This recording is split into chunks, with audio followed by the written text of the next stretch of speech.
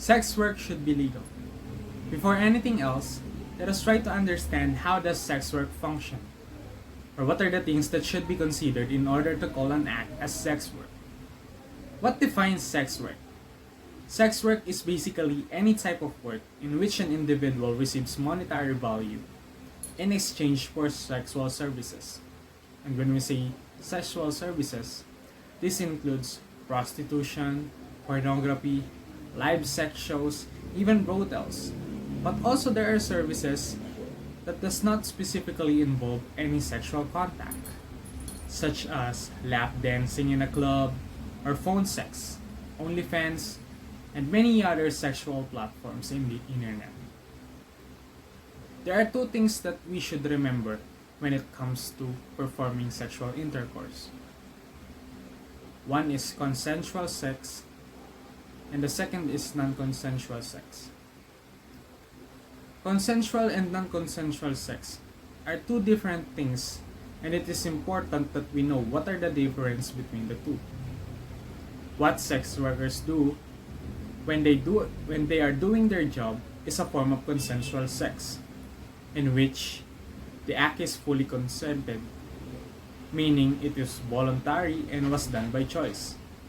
While non-consensual sex, on the other hand, is a form of rape, abuse, harassment, which is against the will of the other party to perform such sexual intercourse.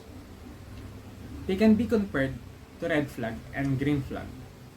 We can easily say that they are both flags, but they are totally two different things. Most of the people who are against the criminalizing sex work argue that their concern comes from morality and their concern towards the health and safety of women. But I find it ironic because the result shows literally the opposite. Researchers say that implementing or legalizing sex work in their country has gained a solid result, both socially and economically. Let us take Netherlands for example. As a European country that has been tolerating this practice for the past 20 years, sexual-related crime rate has been decreased ever since decriminalizing sex work. You see, when we legalize sex work, we can achieve these things because it empowers women and gives them voice to speak for themselves.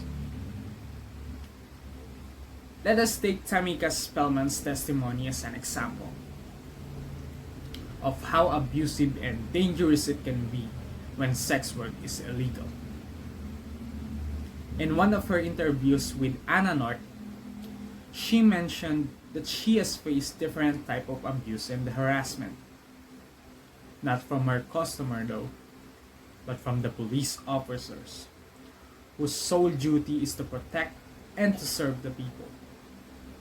They were her assailant. She was both verbally, physically, and sexually abused and was completely disrespected because of her kind of work. In short, police takes advantage over them. All I'm saying here is, legalizing sex work brings positive impact towards our society. As long as we impose strict regulation and at the same time, we construct comprehensive support systems that allow sex workers to operate under safe workplace. If these countries that I mentioned as an example has succeeded properly in regulating sex work, why can't we? Why the Philippines can't do so?